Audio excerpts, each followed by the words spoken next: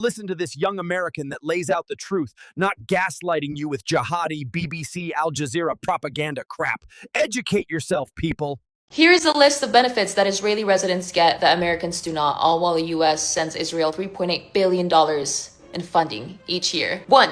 Universal healthcare. 2. Caps on out-of-pocket medical costs. 3. Monthly child allowance. 4. Paid parental leave. So what this young woman and many other people just don't understand is that the $3.8 billion that America sends to Israel is not social spending, it's not healthcare money, it's not welfare money, and it's not helping Israelis pay rent or helping them to see a doctor. It's military aid, and almost every dollar of it has to be spent on American-made weapons, like U.S. fighter jets, U.S. missile systems, and U.S. defense technology, and that money largely comes right back into the American economy, which supports U.S. factories, U.S. engineers, and U.S. defense jobs. Americans aren't paying for Israeli healthcare. It's not at all how it works. The reason that Israel can afford all of those benefits in the first place is because Israel pays for those programs in the same way every country does, through higher taxes and mandatory national systems. If you were to compare, right, in the United States, federal income tax tops out at like 37%, but most Americans pay far less than that. We don't have national sales tax, and our state sales taxes vary usually between 4 and 9%. We don't have mandatory national healthcare taxes, we don't have mandatory national service, and we have massive deductions, credits, and loopholes. Healthcare in the United States is mostly private and employer-based. Americans overall are lightly taxed compared to many other developed countries, and that is by design because Americans value flexibility, they value individual choice, and they value lower government involvement. This is what Americans overwhelmingly vote for. In Israel, the income tax rates are a lot steeper, and they kick in much faster, and there's a 17% national VAT on most goods and services that hits everyone, like every single day. Israel also has mandatory national health insurance contributions. They have mandatory military service for most of the citizens, and they have fewer deductions and fewer loopholes with a very centralized healthcare system that everyone pays into. Israelis feel their taxes much more than America, and if Americans were experiencing the taxes of Israelis, they would be very pissed off. But the Israelis understand what they're paying for, and those benefits